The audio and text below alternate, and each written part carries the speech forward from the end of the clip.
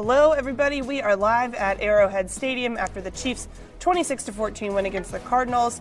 Got Vahe Gregorian right here, Lynn Worthy right here, Sam Mellinger over here, and I'm Brooke Pryor, and we're going to break down exactly what happened in this game, which was it was a kind of a weird game. It got started off really fast.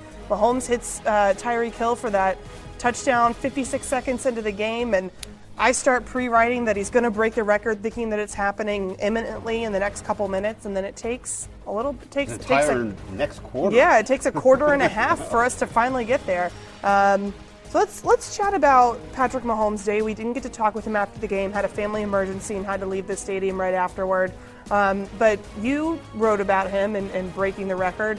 What were your big takeaways from this day? Well, a little bit. Part of it got knocked off kilter by Len Dawson calling back, so I ended up weaving that into that column. I love when phone calls happen. So that was good. It was good to talk to Len, and I also talked to Chris Burford, who there's really no reason for me to have called him except for I was kind of desperate, not quite sure what was going to happen as the game developed. And Chris Burford was the Tyreek Hill sort of the era who caught the record-breaking pass in an obscure December 20th game against the Jets that ended the Chiefs' 7-7 season. Who knew the record would hold up all these years? And anyway, Chris, like Len, said records are basically made to be broken, and he was glad to be in on that. Although I have to admit, he was a little cranky about Chris, not Len, about the nature of the celebrations today. He was kind of in a, what's this thing with the camera? So not a fan of that. But I have to say, I think that is the most cool thing that happened today. I mean, that was. I just love that celebration, and he looked to me like a superhero up in the stands. He did. He can do anything. Which also, Chris Jones' quote today was my favorite. He said about Tyreek's celebration, "That was a savage move. I told Tyreek, that's the best move. You got the money to pay for the fine. I love it, but you will never see me do that. I don't have the money for that." As Sam points out, Chris Jones, salary-wise, makes more than Tyreek Hill. And he kind of waved it off, saying, like, I'm a D lineman. I don't get the endorsements that Tyreek gets. Did you get to say that to Chris directly? Oh, yeah. Oh, he pointed it out. That is so awesome. There was like a gap there, and then all of a sudden it came back around, and Sam was like, you make more than him. And he was like, well. By the way, though, he was like, D linemen don't get endorsements unless you have a personality like me. So do you have endorsements? Do you get paid? And refuted his own point. All in the same sentence. But then he finished and said, that's a hefty fine. That's going to be $30K right there. That's $30K, I know it. But Tyreek can afford it. I told him that celebration, I'm running down there with you. Put the camera on me. We're going to have a whole dance celebration. So that is really pretty incredible. He wants to be in on it but not get the penalty part himself, right? He's like, I'm in with you until you get the fine. Yeah, and then I'm out. I'm going to stay on the field. When the going gets tough, think how important it is we've held him accountable here. Yeah. It's Chris, that's what reporters are here for. Good job, Sam. What you're up against. I'll tell you this, both those guys are going to be able to afford a lot of fines after either this season or next season. So go ahead and plan out your touchdown celebrations now. Yes. You're going to have time. Sorry I interrupted let's go. Just back point. to Patrick more seriously. I mean, as one of the four people at this table pointed out downstairs, it was his worst game as a pro. Least productive. Fewest yardage. Yep. Fewest 249 yards. 21 of 28. Still quite a fine game, right? But he did get sacked 5 times. It looks like, just at a crude reading of it, only a couple replays, right? But maybe 3 of those were absolutely on the line, but 1 or 2 it seemed like Patrick needed to be able to get rid of. And our producer, Blair Kirkhoff, is off camera, but we got talking about this a little bit during the game. I mean, Chiefs or Patrick, somebody didn't adjust maybe as nimbly as they might have to some of those heavy rushes, right? They needed to dump the ball off a little more, a couple quick screens, or quick shots in the flat. Didn't happen until a little later in the game. So I think it's another day in the education of Patrick, and I think part of his education is going to be feeling a little sore tomorrow. I think he took more shots today than he has all season. He certainly looked like it, and we already had Robert let us know that the O-line was terrible today. They weren't great. This was, I think, a game that we all wondered if it would ever come with kind of the patchwork nature of this offensive line, with the injuries that have happened, the replacements that are on there, although a couple of those sacks were on Eric Fisher, and he is not a replacement. He has been there all season. One was on Austin Ryder. Sam, you have any thought about the offensive line today and what kind of happened there? Chandler Jones is really good. He's going to do that to a lot of guys. I don't think there's any shame or whatever in getting beat by Chandler Jones. Eric Fisher had not given up a sack since the season opening game, according to Pro Football Focus, at least. The line has been fine this year. They're not great, they're not terrible. So I'm not going to freak out about that. And the other thing I think about too, you just can't help it, right? And it literally was Pat's least productive game as a pro, least productive game of the season. Yeah, yardage. We should say. And they had problems. He got sacked 5 times. All this stuff, they still scored 26 points. Right. Is that the floor? For this team Right. is 26 points, and it's especially worth thinking about in the context of this defense. Has given up 23 or fewer in 6 of their last 7 games. And the Cardinals are a mess offensively, fired the offensive coordinator. They can't protect the quarterback today or all season. But I wonder, this game was significant in one major way, other than the record and the camera thing. And that's Justin Houston returning. And they've got their guys together in a way that, they haven't in well more than a month. And I was thinking about this. They have not had those 3 guys at a collective level ever. And what I mean by that is Justin Houston physically is not what he was 4 years ago when he had 22.5 sacks. He's still really good, and he still has an advanced brain. We saw that on the screen pass that he read, and other screen passes too, not just the one that he intercepted. Dee Ford has never played anywhere close to this good. He's one of the best pass rushers in the league. And Chris Jones is a star. I mean, he is a star interior defensive lineman. They haven't had those 3 guys playing at this collective level ever. I think that's really significant. And I think the way you said it, in terms of, obviously you look at Houston, Ford, Jones, and what they're doing when they have individual matchups. It sort of goes towards your point on the offensive line where it's like Chandler Jones, if he gets one-on-one, beats a guy. When we look at it the other way, you don't say, okay, D Ford beat a guy, that line sucks. Right. Yeah. That's a great point. That's a great point. D Ford's pretty good at rushing Yeah. passer. What's that Tyreek? Kind of his say, thing, I do this. He does that. So, so with the Chandler Jones, I think when we talk about whether it was Pat or the line, I think a couple of those, what it really was Pat looking at it and saying, okay, he's got everybody accounted for. You just didn't account for Chandler Jones, just beating guys. That's what happens. But I think defensively, with that rush, I think it was Chris Jones was talking about it. Just when you add Houston in there, you just have another weapon. And Reggie Ragland was talking about it too, where Chris Jones, he's like, you can't block Chris Jones because you have to double guys on the outside. So that's one-on-one, and he's going to win a one-on-one at some point. Didn't you think they adjusted too? Because both those sacks came early by Jones, by Chandler Jones on Fisher, and they sure seem to adjust, right? Either chipping or doubling or doing something. There was one more in the fourth quarter, but it wasn't by Jones. Yeah, and I think even that Reader one, and I'd have to look at it again, but it almost looked as though Reader was looking for some help inside, and I think Cam was sort of helping. I have to look at it again, but I think it was more of a Cam was trying to bounce out to help out with Fisher because, again, Chandler Jones will do that to you. Yeah. And so that's where, same thing that we're talking about again, where if you have to double somebody, then you leave a one-on-one somewhere, and that's what the Chiefs are starting to take advantage of when they get all their guys in there. Yeah. Absolutely. Well, with the Rams coming up, you and I were just watching the Rams game, and it looked like Rams are really getting some pressure on the Seahawks tonight. How much of a concern is that going into this game? The offensive line, gave up, like we said, 5 sacks today, given up 12 going into this game. What is that skill set going to do to this offensive line? Well, that was the thing that I was thinking about this game was you never really, at least I never really thought they were losing this game tonight. But the fact that Pat got roughed up as much as he did, I was like, well, that does not bode well for next week because of the guys they have on the line. When you're talking about Sue, you're talking about Donaldson, you're talking about Fowler. It's like there's going to be matchups there that you just can't really, account for being able to win that every time through. So they're probably going to get the Pat, and especially if you look at what happened tonight. You say, okay, well, there's just Chandler Jones can sort of do as much as he did by himself. If you got 3 guys out there, again, like the Chiefs have, then you're going to have to adjust for that. The other thing, too, about that particular matchup is I know Eric Fisher's a popular punching bag, But for the most part, those tackles have been reliable this year. Right. The interior, that's where Aaron Donald is, and he's going against backups. Unless, maybe Mitch Morse can play next week. We don't know. But that's the strength of the Rams' pressure is straight up the gut, straight up the middle, and that's hard to get away from.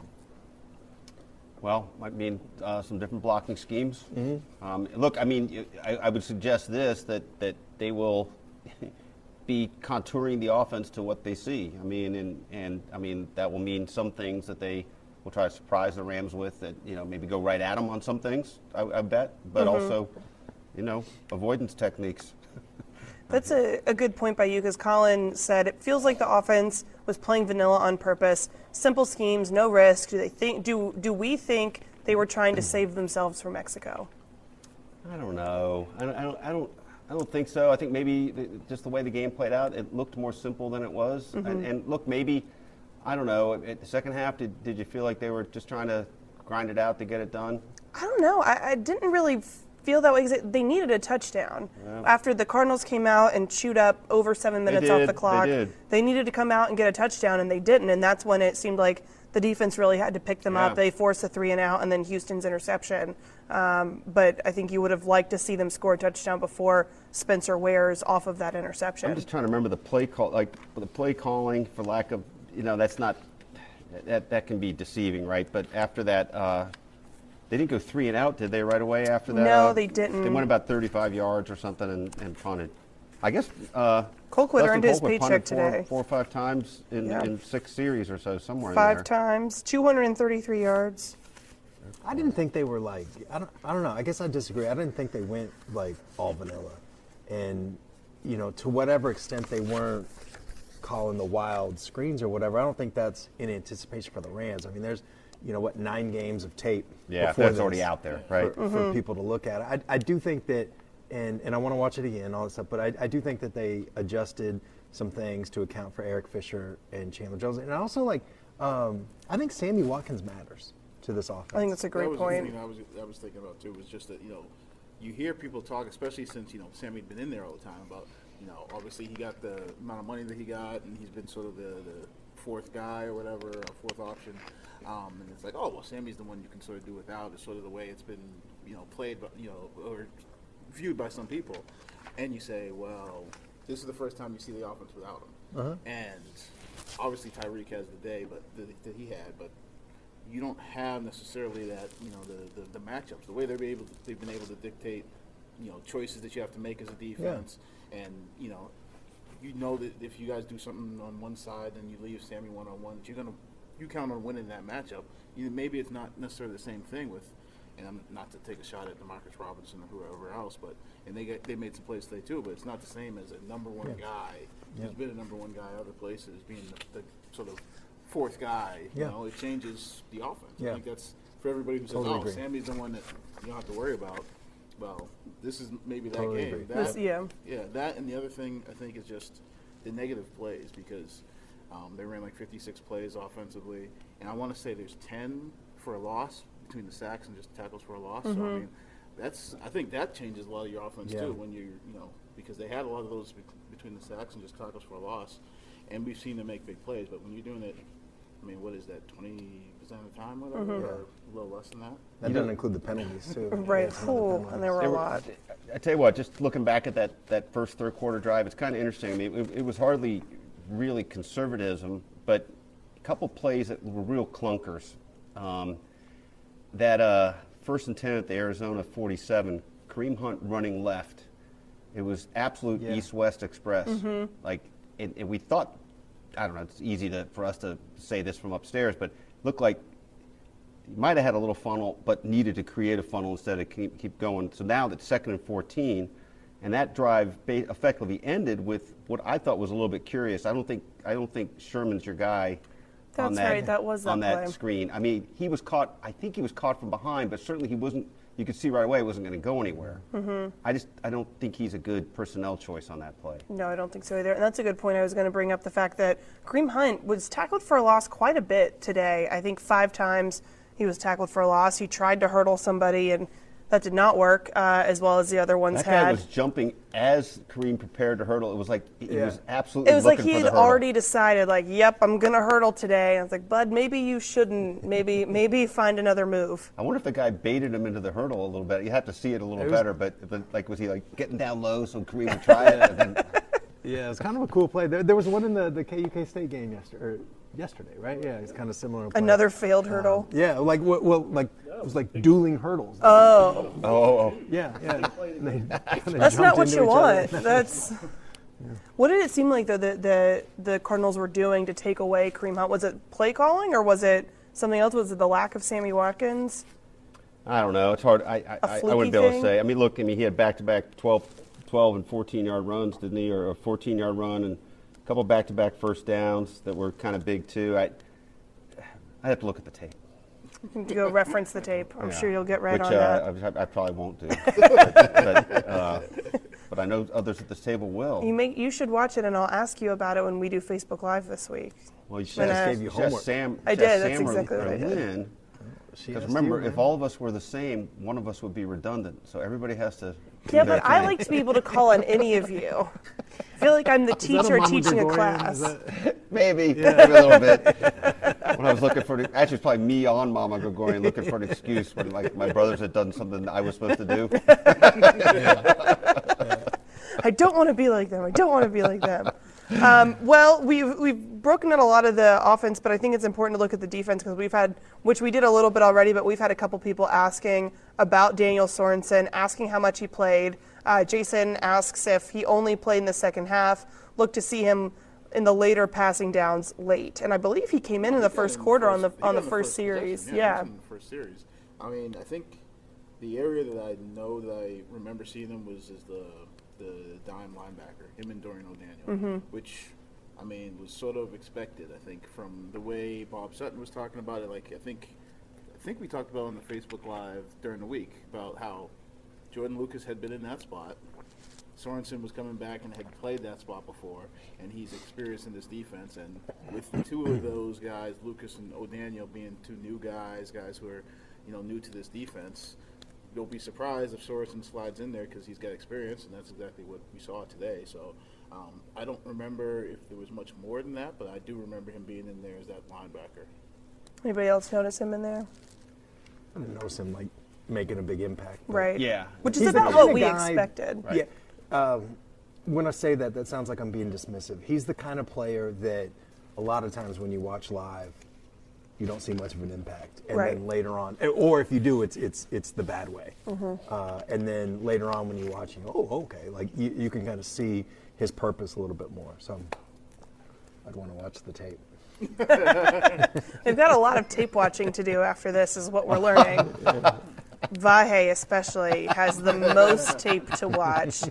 Did you guys know? Did Jordan Lucas get in at all on defense? I didn't see him notice much, him. but I wasn't looking for him exactly either, right? So. He must have got in. Did not play. So Yeah. he played. Yeah. He's in Could have been a I just don't know how special much. teamer. Oh, that's right. He is. When he plays, he is definitely on special teams. So we don't. Right. So yeah. Like, We'll go yeah, to the tape. When the snap counts come out tomorrow, we'll see where, because they'll break out defensive snaps and special team snaps. So, but off the top of my head, I'm not sure how much because and that was one of the things Mondays when we do the snap counts for online.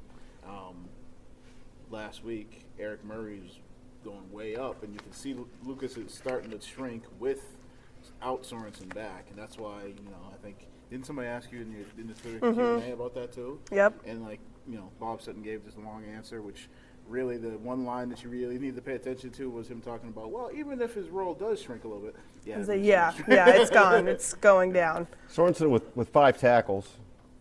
I don't know if we mentioned that, but Lynn's man Ben Neiman with the team leading 6 tackles. Steeman Neiman. I learned that Neiman. tonight. Is Yeah. that right? From This who? was, Reggie Ragland. Steeman Neiman. I like it. I like it a lot. Dynamite. Cachet, doesn't I it? like that. Yes. That's better than Showtime Mahomes, that's for sure. No. Hey, by the way, going back to injuries for just one quick moment, Andy started off his news conference saying no injuries, but did he speak to the Hitchens matter at all? I was not in You know, there. he did, and I don't remember what he When said. I went back to I think the assumption would be he's just not quotes- ready, but Yeah, but they hoped he would be. He mentioned something. I think he referenced him when he was talking about Neiman, but I don't think he answered like why he was active and dressed, but not.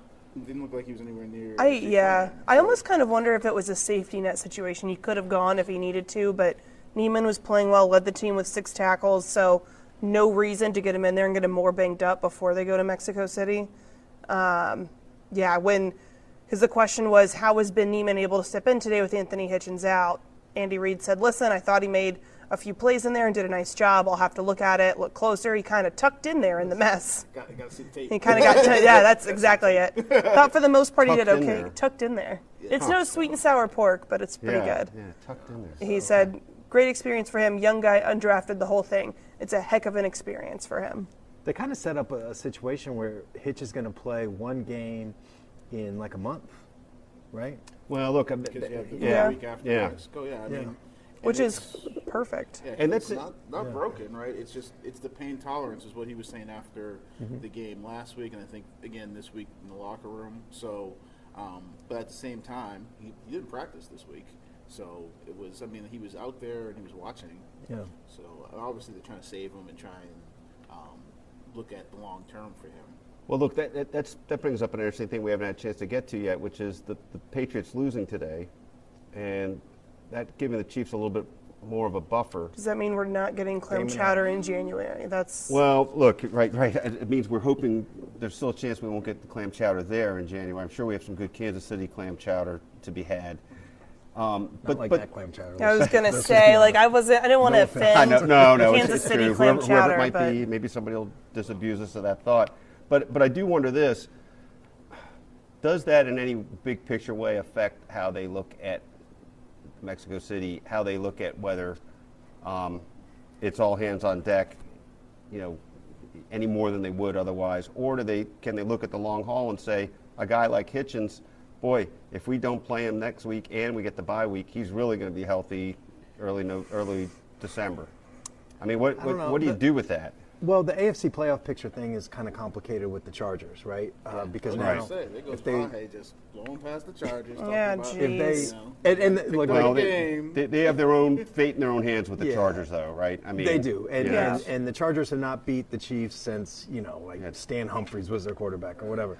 But if they win, if the Chargers win that game, it's a Thursday night, December sometime. Then all of a sudden they're even, and then you look at the secondary tiebreaker, which in the division is that division record? I think it is division record or common opponent. I'm yeah. not sure what it is. Oh, I but thought it was division record first, and then yeah. common opponent, whatever. You have to look at that of where else they would stack up. But I don't think they can feel like deep breath right now at all, especially like playing Rams. Well, but yeah. Hey, it's Blair Kirkhoff, and if you're listening to this, you love Kansas City sports, whether it's the Chiefs, Royals, Sporting, Mizzou, KU, or K-State. And no one covers these teams like the Kansas City Star. If you currently subscribe to the paper or have a digital subscription, thank you for your support. And if you don't, here's a great offer. It's called Sports Pass, unlimited digital access to every sports story and video on kansascity.com. And it's just $30 for the first year. It's the best sports value in town, just 8 cents a day or $2.50 a month. You can't beat that. Subscribe now at kansascity.com/sportspass. It's really hard to know how these guys actually think about these things, right? Like, of course they want to think about the long-term health of everybody. Of course they want to think about the immediate help from everybody. So, it's a balance that I don't want to take us into Eric Berry too much this way, but I mean, Oh boy, here at we some go. point there's input from players involved, right? So, We've been asked about Eric Berry about 50-11 times in this, so might as Did well. you say 50-11? Sure did. that is really a weird offshoot of 11 gazillion. Yeah. That I never- Sam's number. Never heard that 50-11. before. No, I never. 50-11? Yeah. Really? No. Yeah. There's like a song where it's like about 50-11 times. I can't think of what that song is. I think it's a rap song, so I'm not It's not by that guy that. going to rap it. Maybe you kids weren't here then during the Royals thing, but who was the rapper they used all those numbers? Fetty Wap? 1738. Yeah. 1738. That's different than 5011, though. It is, and I'm going to Google it when I get off camera. I'm going to actually have Blair sub in, not because I'm going to go Google 5011 times, but we're gonna switch things. Oh no. Oh boy. Oh no. All right. Hold on. Well, Nope, it's fine.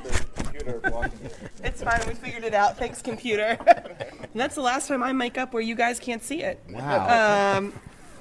We're going to slide out really quickly. All right. Blair, you're back. Both gone. Bye. Producer / host. You know, he's long been known for his versatility. All right, so what are we talking about? Chiefs. Well, you guys have covered a lot of it. I want to go back to Tyreek Hill though. Like we started with this today. Yeah. Of the when you have to, it's easy covering these Chiefs games and identifying stars of the game, and especially on the offensive side, there just weren't many today. And we talk about the problems, but this game started. The first play of the game for the Chiefs was a 38-yard completion down the sideline to Tyreek Hill. And after an incomplete pass, the third play of the game was Tyreek breaking free over the middle. You know, I don't know, you know, no need to account for Tyreek Hill, right? Right. Bottom line, I know we talked a lot about him jumping the wall and running behind the camera. I just thought he had an outstanding day today, and he was kind of it offensively for them. He was, and look, Kareem Hunt's had these moments too, right? And in some ways, Kelsey, but I do think if you really ask yourself who the game-changing guy, the most game-changing guy for Patrick Mahomes doesn't have to be Tyreek. I mean, he does things nobody else can do. Right, he is. He's got the skill Kareem's set. pretty close, but I think I just don't know how to differentiate, because Yeah. there are times, like the Cleveland game last week, there are times Kelsey is everything. yeah. Like the Cleveland game last week, there's times where Kareem Hunt Yeah. is kind of. I don't know how to. The one thing that I thought about Tyreek today, that touchdown, the one that you just talked about, the 38, the first one, was an example to me of how far he's come as a receiver. It's easy to forget he was so raw, like had never really played the position much before he got to the Chiefs, and he's gotten so good with his feet. And I forgot who the defensive back was, but Tyreek had a run at him, and he kind of faked one way to get the guy's hips turned in, and then just went on the other side, and that was it. Like it was just that quick, and I don't know that that's a play that Tyreek. I don't know if that's a route that he could have executed like that, you know, maybe last year, but not the year before. And then the second maybe I think last touchdown- year probably, right? Maybe. Yeah, but not when he first got here. Not when he got here. Not even yeah. close. And then the second touchdown, I think maybe is something that you're kind of talking about or alluding to is that was incredible timing. Oh my gosh, That was crazy. The he anticipation. He ran to a spot. Oh my God. And as he was running to the spot, the ball was in the air. Yeah. And then he gets to the spot, turns around, and there's the ball. And you can see like anticipation throws with a window like this big. That was like crazy anticipation with the window like. Yeah. You know, however big a football is, like plus this much. That was nuts. That play though makes me think of that. It was an uncalled interference penalty when Tyreek had the linebacker. I can't remember who the linebacker was. Somebody, the linebacker covering him over the middle. Yeah. And guy really had a pretty good hold on him. It was going to be a similar window. I mean, and it was just that difference in two steps. Yeah. It would have been I can't remember the exact down and distance, but it would have been a 20-yard gain and Yeah. probably changed things up a little bit. You know, the other thing that was kind of interesting to me in this, and Andy kind of slyly dropped this in there. I didn't see a good replay of the penalty on what might have been a punt return for a touchdown. The Demetrius Harris. Was that okay? It but was Demetrius Harris. Andy made a point of dropping this in there. He said on I can't remember the rest of the wording, but he used the word somehow called a penalty in there, which I think was sort of his way of saying. He's been getting after the refs a little bit. Didn't he say that one must be in the archives about the about that rule? Yeah, at the end of the half. And in today he Cleveland. was none too pleased, although I think he was wrong. I'm not sure, but on one of the motion penalties, I think Kareem kept. Yeah, but it really was just Kareem never stopped. I can't remember exactly how that motion went, but one last thing on this burst though about Tyreek. This is how much we've come to expect of this guy, right? Or you anticipate in what he does. The other punt return he had today, he didn't get anywhere. He's running hard to the right sideline. You could tell that he thought for a second about dipping back, making a complete pirouette, and going around.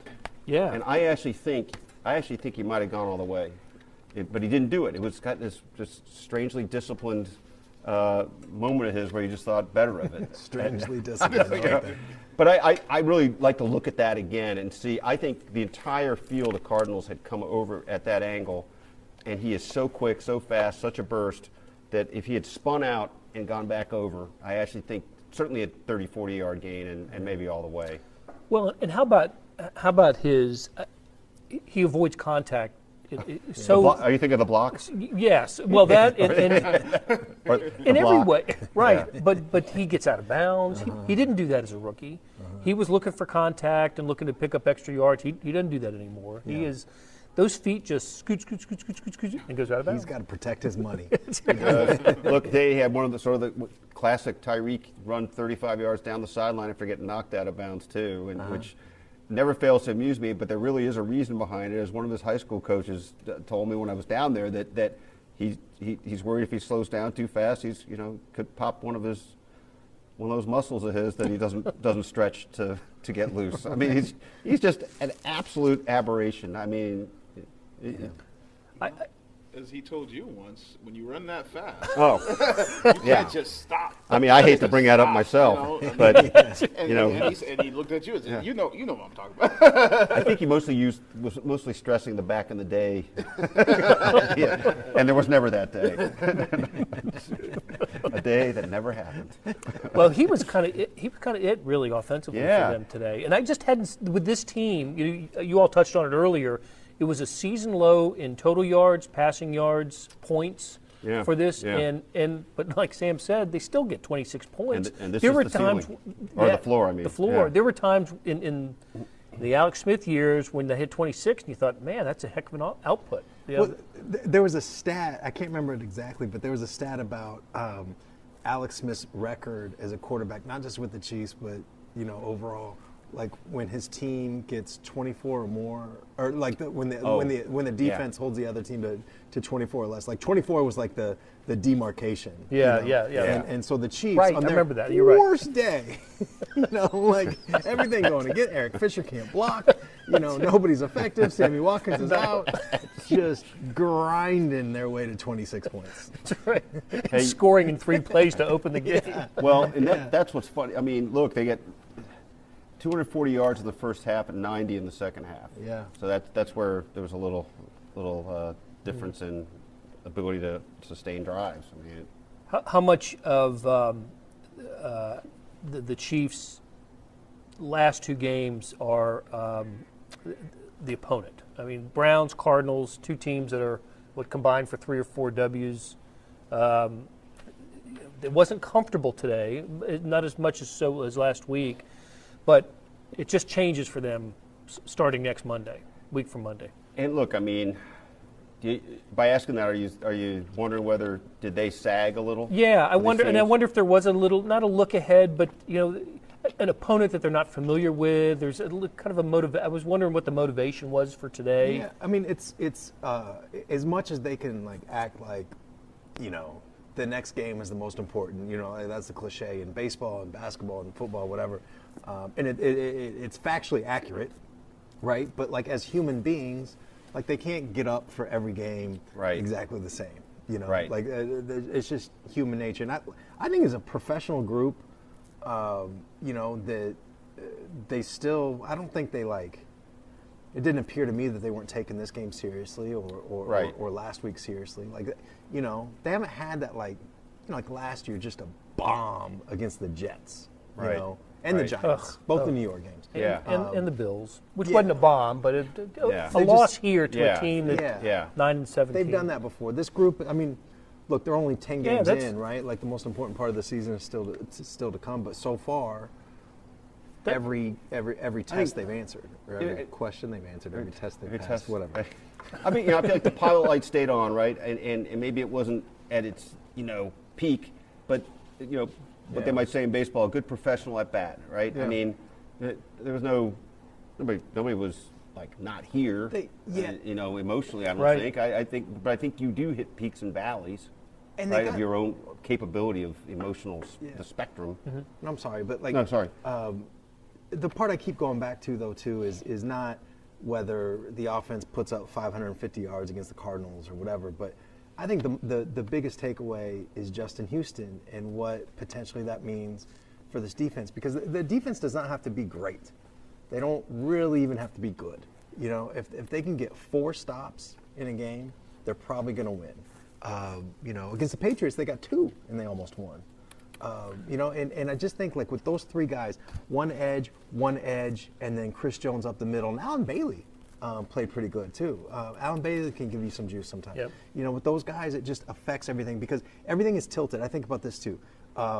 Everything is tilted for that defense because the offense is so good, and we've seen this, the onside kick today. We've seen it over and over. Other teams are playing differently because of the Chiefs' offense. And it tilts the field in a way that goes away from this defense's biggest weakness, one of their biggest weaknesses, which is against the run. And it tilts the field toward what I think is their biggest strength, especially when Justin Houston is healthy, which is the pass rush. I think that's something that they can ride. That's a great way to lay it out. I mean, that really, because it's really methodical point. I mean, it's Yeah, and it speaks to your earlier point that maybe this was their Jets game from a year ago, or their Giants and they game, won. and they won by double digits. You know, and and the 2 touchdown. I mean, just did they turn it over? I don't remember. They didn't turn it over. No. Right? Had a few penalties, and that's, you start thinking about that a little bit. They're the most penalized team in the NFL coming into today. 63 yards, so they had double the yardage at least. Of, 8 for 63, double the yardage. Yeah. And penalty yards. You know, I don't think they. I mean, defensively, when I was looking through doing the report card, I was like, you know, this might be one of. And obviously, it's an offense that's changed the coordinators, but defensively, 14 points. They were like 200 yards. Like, you know, it was some low number passing with all the hits they got on the quarterback. I mean, this was one of their better games defensively. Now 3 and out in the turnover when they were and that was the other thing. up against it. When it was, you know, a couple of times Arizona had the ball with the opportunity to go ahead. Like if they go score 7, it was a 6-point game. They could take the lead, and the defense came up every time. I think it was a 3 and out, and then also I think wasn't it a similar situation with the turnover too? I'm trying to remember what the score was. Was it still Well, they got the 6-1? ball back down 6, so a touchdown goes up, and that was Justin Houston's interception. Yeah. That was still it. So I mean, it was Yeah. twice with the chance to go ahead. Yeah. Right. They got 3 and out and Yeah. a turnover. Yeah. Or twice chance to fall Yeah. behind. Right. Yeah. Did you guys see that NFL Next Gen stats deal about Josh Rosen had pressure on 54.5% of his dropbacks? See, I didn't see that, but like, Bonkers. but It I- said, sorry, yeah. let me finish it's. That sounds like a lot, right? But without context. But the context is they said it's the highest percentage by any team in any game this season. Wow. Is that right? Yep. I did see the number about he got sacked or hit 13 times today, something Yeah, like that. he was hit 13 times, sacked 5. 5. Okay, wow. Yeah, because and it was one of those things that I had written about pass rush for Sunday's paper, and I was looking at, you know, because they weren't near the top in terms of sacks given up, but he played 6 games, 5 starts, and number of sacks that he had, I forget what it is off the top of my head, but it was one of those ones where it's like, well, wait a minute, if that's in 6 and change, you know, or 5 starts and change, it's like that's a lot of sacks for him to have been taken as, you know, a rookie. I mean, you think back to, I'm trying to remember who was it. I think it was David Carr. They talked about like his rookie year and how he just got battered and beat up and just was, you know, just shell shocked for most of his career because of that. I mean, this kid's just getting beat. I mean, you know, just by the numbers you look at, you say, okay, every time he's dropping back, you know. And I think, Sam, I think we talked about this during the game. Just, you know, when people talk about these young quarterbacks and the situation that they're in, on some of these guys, whether it's Rosen or Baker or Mayfield or any of these guys, like, it really hammers home how good of a spot Pat was able to be put into. Because he got to sit, and then when he did play, he wasn't playing with just a whatever offense. I mean, he's got Tyreek Hill, Travis Kelce, Kareem Hunt around him, Sammy Watkins, and he's got experience, and he's, you know, getting protected by that line. Other than that's why it jumps out today how much he got hit. I mean, Coach guys knows what aren't he's getting doing. put in that Yeah. good situation. Yep. Javante asked if there was any news with the Mahomes family issue. Patrick Mahomes wasn't available to speak to the media after the game today, and that's the reason that Brooke is no longer in the picture here. She's working on a story. There was a post on social media just a little while ago. Yeah, I've got it. I got it. Shall I read it or yeah, I think so. It's out there now. So it's not. It's actually on Twitter now. Okay. So okay, You very did? good. Okay. It's not Patrick Mahomes' parents. It's his girlfriend's. Yeah, and it's Brittany Matthews, his longtime girlfriend. Today is a day I will never forget. Directly after this picture, I sprinted to the front entrance to see my stepdad, passed out. He did not come back from this, and he was called to heaven. So that's Patrick's very close with her, and Shirley very close with the family. So that's the emergency that was referred to earlier. Right. Very so, sad. Very yeah, sad. very sad. Can you imagine that? I mean, it's a young lady, and yeah, you're right. The longtime boyfriend, girlfriend, and they share a place on the plaza, and we see her around a lot, right? A lot in training camp and during before after games. So that's a tough deal. Really feel bad about that. So yeah, that's it. And Brooke is working on the story, and I'm sitting in. And let's just segue into some final thoughts here about the Chiefs today, and maybe where things stand now in the AFC with the Patriots losing today, and if you stacked the records of the AFC teams, 1 through 16, the Chiefs are first and the Chargers are second in terms of winning percentage. So Sam, what do you think? Is that right? Yeah, at 7-2, Steelers 6-2-1, Patriots right, are 7-3. Yep. I mean, they get a little breathing room, right? It's effectively a game-and-a-half lead on the Patriots. The Chargers can close a game-and-a-half lead with a win here if they keep pace otherwise. But it's just all you want. The ball's on your racket. Is that how they say it? Is that the tennis term? I never heard it put that way. I like that. It's on their racket. Just not in your court. The ball's in their court. Usually it's in your court, but if it's really on your racket, you've really got a shot. Seems like. Yeah. Well, I tried. I like it. I'm going to use that. Yeah, but I mean, and I think it's always important, right? Especially to avoid Foxborough and all that stuff. But I do think it matters here, and I say that we are less than 10 months away from that other game that happened, or about 10 months, whatever. So anyway, I mean, it's opening up for the Chiefs. They've got a huge test. It's a game that, I don't want to speak for everybody here, but certainly for me, it was the one I've been looking forward to the most. This Rams game. Rams just beat the Seahawks, right? They've had a string of, kind of late game. They can clinch. They might have clinched the NFC West before that game is played. If the Seahawks, I forgot who the Seahawks play on Thursday, but they play Thursday. If the Seahawks lose, the Rams clinch with a win. NFC West. Wow. How about that? Yeah. So, Lynn, what do you think? I think. Therefore you are. Yes. Therefore I am. Just try to give you some time. I think the Chargers.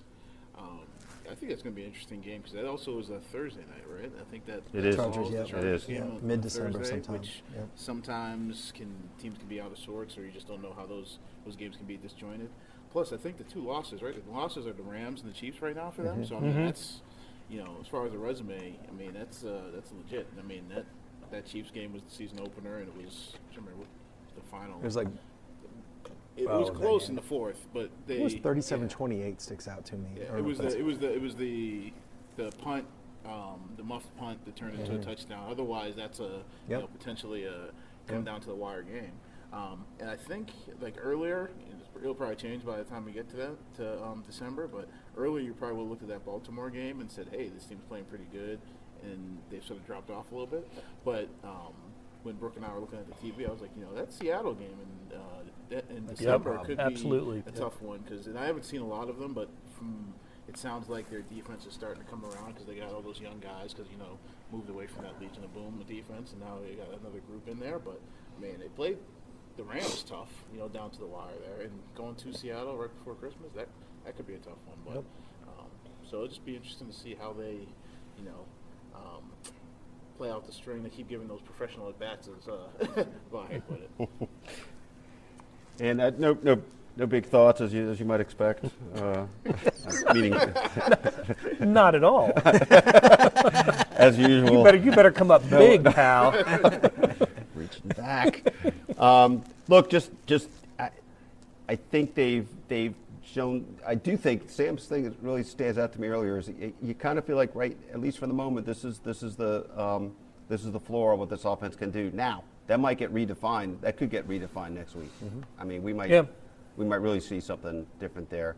You know, I've talked to a few people around the Chiefs who, of course, everyone is excited about this game, right? It's pretty cool circumstances, but also it will not really exactly be circumstances you would expect, let's say, a Super Bowl to be played in. I mean, just for one thing, the altitude and just, you know, a little out of everybody's element, although I guess you would be at a Super Bowl too. So is there some kind of, you know, do we see it as some kind of Super Bowl preview potentially? Yeah. Could be, possibly. It's possible, right? Why not see it that way? Why not build it up that way this week? Why not write it? Don't we have some stuff to write this week? I was going to say, why not for us, right? D Ford was. If not now, when? D Ford shoot that thing down real quick when somebody asked him about the anticipation. Like, oh, are you anticipating this one as much as everybody else? And he was like, no. I don't think D Ford needs to be quoted in these stories then. I think ESPN's going to play the hell out of it this week, for sure. But look, it's. You, Sam, will remember best of all, or maybe you, Blair, too. But can you remember a Chiefs game this late in the season that you're saying that about? Like, oh, this might be a Super Bowl, right? I mean, that you could legitimately say that. Not that felt this realistic. Yeah, I mean, there was probably a game where, like, maybe some earnest journalists might, stretch the truth even, What's your really quick neutral field, right? Even Rams home game, right, neutral field. What's your quick guess at a line on this game? I think it'll be less than like 2. Either way, or yeah, like Rams by a point, or. But you could see either way. I guess I could see either way. Yeah, that's a really interesting question. I don't usually think about it that much. Although we should note today was whatever that crazy 16.5 or 17. High, the Chiefs were the biggest favorite since lines were like going back to the mid-'80s or something, with a 17-point favorite. Although that loss last week might change things a little bit for the Rams. Maybe the Chiefs will be a point favorite. I wonder hotter. The health is going to because just thinking off the top of my head, right? So Cooper Kupp and Sammy didn't play this week, so I wonder 2 big name receivers if that affects or any news that happened between now as the week goes with the line adjustment. That would be interesting. I can see it running. I'm not really guessing the line. Within 4 or 5 points. I think it's 1 point either way. I don't know who. So, hey, and my final thought will be Happy Veterans Day. It was we had quite a show here. The flyover, the flag unveiling, the national anthem was all pretty cool today, I thought. Especially, I think we were all really struck by the bell tolling, or however you at call 11 a.m. That was amazing. Yep, at 11 a.m. because that's when the armistice was signed in 1918. This is the 100-year anniversary, right? So Vahe and Brooke and I were on the field when the bells chimed. And I don't know how many times. I don't know what the symbolism was there. I know it was more than 11 though. And for a moment I actually thought it might go to 100. Maybe somebody can tell us why or why it was more. I'd like to know. But the thing I was most struck by was the players stopped in their tracks during warm-up. Well, they continued warming up once the bell started. But then after a few, they stopped. Everybody stopped. Both the Chiefs and the Cardinals that were on the field stopped and just stood there. It was actually maybe I'm wrong about this. Maybe it's just the idea of what you just saw. But I don't remember ever being at a stadium and everything basically just coming to a standstill. Yeah, everything. No movement in the stands on the field. It really was a touching moment. Yeah, I was. thought.